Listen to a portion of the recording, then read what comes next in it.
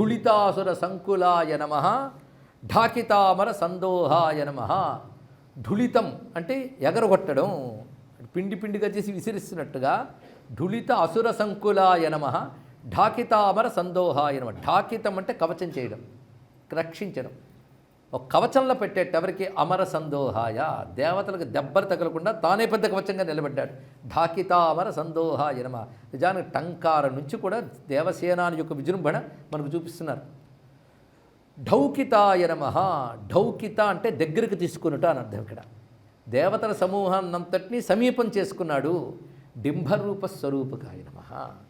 డింభరూపుడు, సదా బాలసుబ్రహ్మణ్యుడైన. అందుకే బాలరూపాయ నమః అని బకారంలో మళ్ళీ నామం వస్తుంది, అక్కడ తెచ్చేసుకుందాం. అదే డింభరూప స్వరూపకాయ నమః. ఎంతైనా బాలసుబ్రహ్మణ్య ఉపాసన ఉంది కదా, అది బాలుడు రూపంతో ఉన్నటువంటి వాడు. డుండి విఘ్నేశ్వరానుజాయ నమః వచ్చిందండి మళ్ళీ. మరి ఆయన పండుగలప్పుడు ఆయన స్మరించకపోతే ఎలాగా? పైగా ఆయన తమ్ముడు గురించి వినాలనుకున్నాడు కనుక చెప్తున్నా, లేకపోతే ఇంకేముంది ఇక్కడ. డుండి విఘ్నేశ్వర అనుజాయ నమః. డుండి విఘ్నేశ్వరుడు అనుజుడు. గణపతికి డుండి అని పేరండి. ఇక్కడ ఆ పదమే చాలా బాగున్నది. పైగా డుండి వినాయక అంటే ఒక మంత్రం కూడా సామాన్యం కాదు, ఏదో గొప్ప రహస్యం ఉంది డుండిలో. ఏమిటి అంటే, ఒకప్పుడు దివోదాసుడు అనేవాడు ఒకానొక కారణం చేత ఏ దేవత భూమి మీద ఉండకుండా చేశాడు ఆయన. ఆ సమయంలో అవసరం గనక దేవతలు కూడా కొంతకాలం ఊరుకున్నారు. కానీ శివుడు కాశీ వియోగం తట్టుకోలేక కాశీకి రావడానికి తిరిగి రావడానికి ఎంతో ప్రయత్నించాడు ఆయన. ఆ సమయంలో ఏ దేవత కాశీకి వచ్చినా కనబడకుండా వచ్చి కాశీలో ఉండిపోయారు, వెళ్ళట్లేదు. సర్వదేవతలను వచ్చేటట్టు చేయడం సాధ్యం కావట్లేదు. శివుడు మందర పర్వతంలో మిగిలిపోయాడు. అప్పుడు ఆయన పట్టుకున్నది గణపతిని. గణపతి విష్ణువు వీళ్ళిద్దరు వచ్చి గొప్ప వ్యవహారం చేశారు. అంతా చెప్తే పెద్ద కథ అవుతుంది, కాశీఖండంలో అదంతా ఉన్నది. మన గణపతి వచ్చి అంతా సవరించి తిరిగి దివోదాసుడు బుద్ధి వచ్చేటట్లు చేసి అంతా సిద్ధమైపోయింది రెండహో అని చాటింపు వేసేట. పెద్ద చాటింపు ఎక్కర్లే, తొండమెత్తి ఘీంకరిస్తే చాలా అందరికీ తెలుస్తుంది ఇక్కడ. కనుక కాశీ అంతా తిరిగాడు, ఇదే ఢూండ్నా. కాశీ అంతా తిరిగాడు, చాటింపు వేశాడు కనుక డుండి గణపతి అని పేరు వచ్చిందయ్యా అని కాశీక్షేత్రంలో ఆయనకు పేరు వచ్చింది. ఇందులో గణపతికి డుండి అని పేరు ఎందుకు వచ్చినది అని కూడా ప్రస్తావన చేసుకోవడం జరిగింది. తకార నామాల్లో తత్వజ్ఞాయ నమః, తత్వగాయ నమః అని రెండు నామాలు ప్రారంభమవుతున్నాయి. తత్వము తెలిసినవాడు ఒకటి, తత్వమును పొందినవాడు తత్వగహ అనే మాటకి. దీన్ని బట్టి స్వామికి తత్వం తెలుసు అంటే బ్రహ్మజ్ఞానం తెలుసు అని చెప్పడమా? బ్రహ్మజ్ఞానమే ఆయన. తత్వము తెలుసు అంటే యథార్థము తెలిసినవాడు. నాకు అర్థంలో సృష్టి యొక్క యథార్థం తెలిసింది పరమాత్మకు మాత్రమే. అంతేకాదు స్వస్వరూప జ్ఞానం కలవాడు పరమాత్మ. కనుక సుబ్రహ్మణ్యుడు స్వస్వరూప జ్ఞానం కలవాడు, అందుకే తత్వజ్ఞుడు. ఎల్లవేళలా ఆ స్వస్వరూపంలోనే ఉన్నవాడు, దాన్ని పొందినవాడు. ఆయన ఆప్తకామ ఇత్యాదులు చెప్పినట్లుగా తత్వగాయ నమః. తీవ్రాయ నమః తర్వాత నామం తీవ్రమైన వాడు. తీవ్రత అంటే మనం దీన్ని ఒక రౌద్రభావంతో తీసుకోవాల్సిన అవసరం లేదు. తీవ్రత అంటే ఇంకొక అర్థంలో నిత్య కార్య వ్యగ్రహ అని ఒక అర్థం చెప్పారు. తీవ్ర అంటే ఎల్లవేళలా కార్యం చేయడంలోనే ఉంటాడు, అలసట మొదలైనవేవి లేకుండా తన కార్యాన్ని అద్భుతంగా చేసేటువంటి వాడిని తీవ్రహ అనాలి అన్నారు. ఇది సరైన అర్థం. ఎందుకంటే సుబ్రహ్మణ్యుడు మహాసేనాని, అది ప్రతిరోజు మనం స్మరించుకుంటున్నాం. సేనానిగా ఆయనకు అలుపు లేదు, శత్రువుల్ని నశింపజేయడమే. నశింపజేసిన తర్వాత కూడా అలసట్లేదు. అందుకే ఆయన తీవ్రాయ నమః, తపోరూపాయ నమః, తపోమయాయ నమః. తపోరూపుడు, తపోమయుడు. సుబ్రహ్మణ్యుడు తపస్వరూపుడు. అందుకని తపస్వరూపమైన తత్వం గుహ ఇత్యాది నామాల ద్వారా తెలియబడుతున్నది.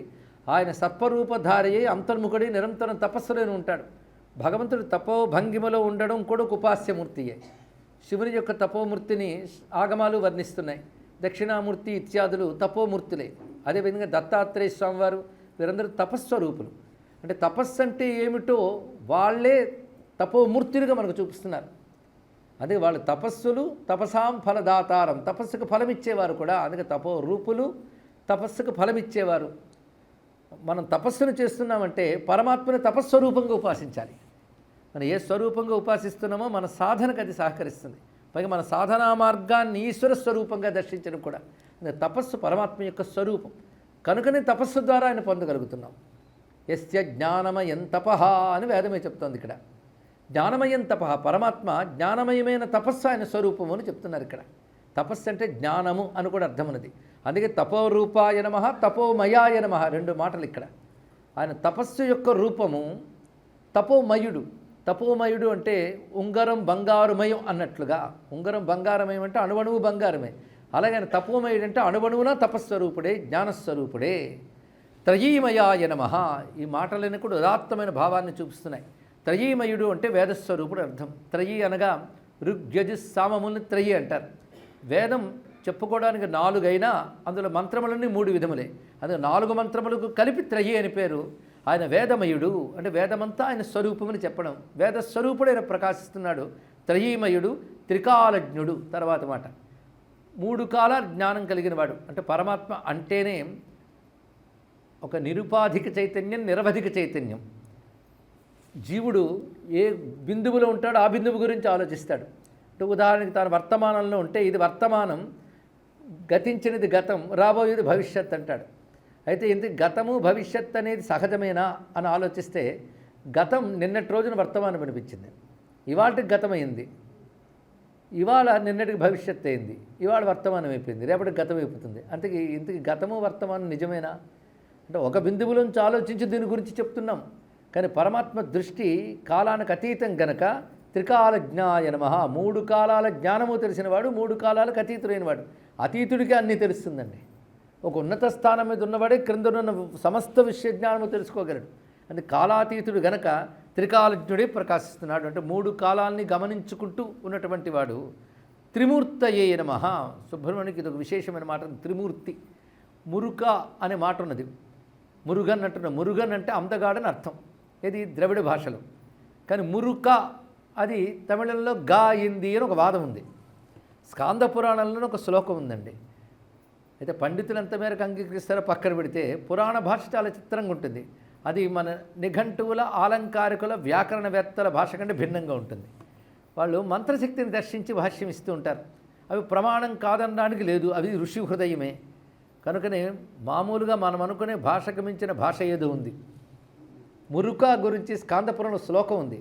ముకారస్తు ముకుంద స్యాత్, రుకారో రుద్రవాచక, కకారో బ్రహ్మవాదీచ, మురుకో గుహవాచక అని చెప్పారు ఇక్కడ.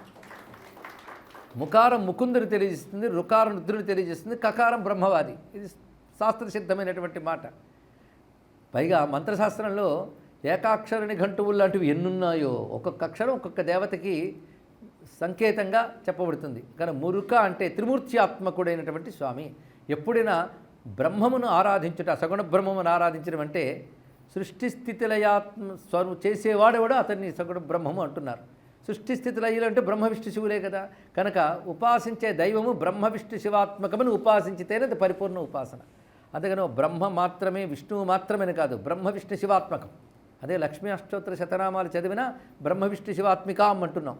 కనుక ఉపాస్య దైవాన్ని బ్రహ్మ విష్ణు శివాత్మకం అనాలి. అలా ఎవరిని పెడితే వాళ్ళని ఉపాసన చేసి ఎవరిని పెడితే వాళ్ళని అలా అనకూడదు. మళ్ళీ అదొకటి ఉన్నది. మీరు అలా అన్నారు కనుక ఈ మధ్య కొత్త దేవుడికి మేము ఇలా అన్నామండి అంటే వాడు కొత్త దేవుడు, నువ్వే ఒప్పుకుంటున్నావు. దేవుడు కొత్త ఎలా అవుతాడండి? ఇది ఉపాస్య దైవములుగా ఎవరిని ఆరాధించాలనేది వేదమే నిర్ణయించింది, మనం నిర్ణయించడానికి లేదు. అలా వేదం నిర్ణయించిన ఉపాస్యమూర్తులు షణ్మతాలకు చెందిన వారే గనక స్కందుడు కూడా సాక్షాత్ పరబ్రహ్మ తేజస్సు గనక ఆయన సగుణ బ్రహ్మముగా మనం ఉపాసిస్తున్నాం.